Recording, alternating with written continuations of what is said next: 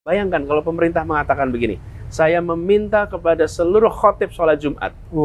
Saya meminta kepada semua pendeta, pastor di gereja-gereja untuk mendoakan Palestina. Kepada para pendeta di vihara, di pura, semua untuk para biksu, pemimpin agama, di rumah ibadah semuanya. Setiap ada kegiatan beribadah, doakan Palestina. Lalu minta kepada bupati, wali kota, gubernur, selenggarakan di hari apa, jam berapa. Bayangkan ratusan juta rakyat Indonesia berkumpul di waktu yang bersamaan, seluruh dunia bergetar, dan mereka akan melihat ini sebuah negeri yang punya tanggung jawab untuk kemerdekaan, sebuah negeri yang punya tanggung jawab untuk kedaulatan, dan dunia akan menengok kita. Seluruh media sedunia pasti memberitakan dari negeri yang dulu dibangun dengan perjuangan kemerdekaan, dikirimkan pesan bebaskan Palestina. Assalamualaikum warahmatullahi wabarakatuh. Bismillah, alhamdulillah, wassalatu wassalamu ala rasulillah. Teman-teman yang semoga senantiasa dirahmati dan semoga senantiasa dalam lindungan Allah Subhanahu wa taala. Amin ya rabbal alamin. Ya, ide dari Bapak Anies Baswedan, semoga Allah menjaga beliau, yang punya ide untuk mendoakan Palestina dengan memerintahkan para khatib ketika sholat Jumat itu mendoakan, kemudian para pendeta-pendeta di gereja-gereja, kemudian para biksu, para apalagi di wihara-wihara mereka. Kalau mendoakan dari kalangan khatib ketika sholat Jumat, ya menurut saya pribadi tidak ada masalah ya, karena kaum muslimin mendoakan kaum muslimin. Kemudian masalahnya bagaimana jika yang kita minta itu adalah orang non-muslim untuk mendoakan kaum muslimin, meminta kepada non-muslim untuk mendoakan kaum muslimin di gereja-gereja, di wihara-wihara, di pura-pura. Apakah ini dibolehkan begitu? Apakah ini tidak akan mengganggu akidah kita?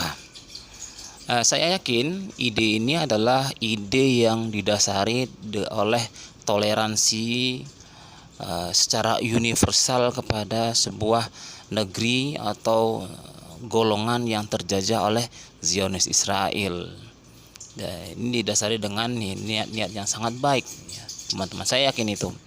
Pak Anies ini idenya, ya, insya Allah bagus begitu. Semoga Allah menjaga beliau.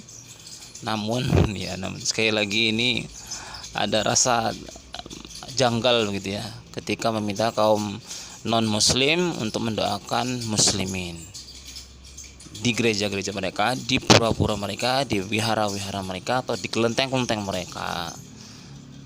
Begitu teman-teman. Ya, teman-teman bisa saja setuju dengan cara Pak Anies Baswedan, bisa juga tidak setuju. Ya, kalau saya ikut para ustadz aja dulu ya. Berikut ini tanggapan dari Ustadz Zulkarnain Sunusi dan Ustadz Khalid Basalamah, bagaimana jika non muslim itu mendoakan kaum muslimin, bisa atau tidak begitu. Mari kita simak penjelasannya. Saya menghadapi kasus yang sama ya. Anak saya semoga Allah sembuhkan, sekarang masih dirawat di rumah sakit, dan memang kena dokternya non muslim ya, orang Nasrani, orang Katolik. Kemudian dia berobat, dia obatin, karena dia ahlinya, dia obatin. Saya silahkan, obatin, saya biayai dan seterusnya. Tapi satu waktu pernah saya ketemu sama dia, terus dia bilang, Pak, orangnya sudah senior ya, dokter yang dihormati di Indonesia, mungkin umurnya sudah 80 tahun. Dia bilang sama saya, Pak, bisa nggak saya doakan anaknya Bapak sekalian dengan cara saya Katolik? Saya bilang, maaf, nggak bisa. Jangan. Oh iya Pak, baik, maaf, saya minta maaf. Ya sudah, kita tunjukkan prinsip. Bagaimana cara dia mau doakan dengan caranya dia? Nggak mungkin lah, gitu kan? Jadi kita bisa tolak itu. Maaf ya, nggak bisa dok, karena saya orang muslim, kita saling menghormati kepercayaan. Kalau diobati silahkan. Doa kepada Allah di saat genting bisa dikabulkan. Bagaimana mungkin mereka berdoa kepada Allah, sedang mereka tentunya memiliki Tuhan, sembahan yang lain. Itu disebut di dalam Al-Quran ya, bukan ucapan saya itu. Amma yujibul muttarra, siapa yang menjawab orang yang apa? Terdesak. Saya bilang yang terdesak mencakup kafir maupun muslim, siapa saja yang terdesak. Ya tentunya kalau dia berdoa kepada Allah. Kalau dia tidak berdoa kepada Allah, maka tidak dikabulkan untuknya.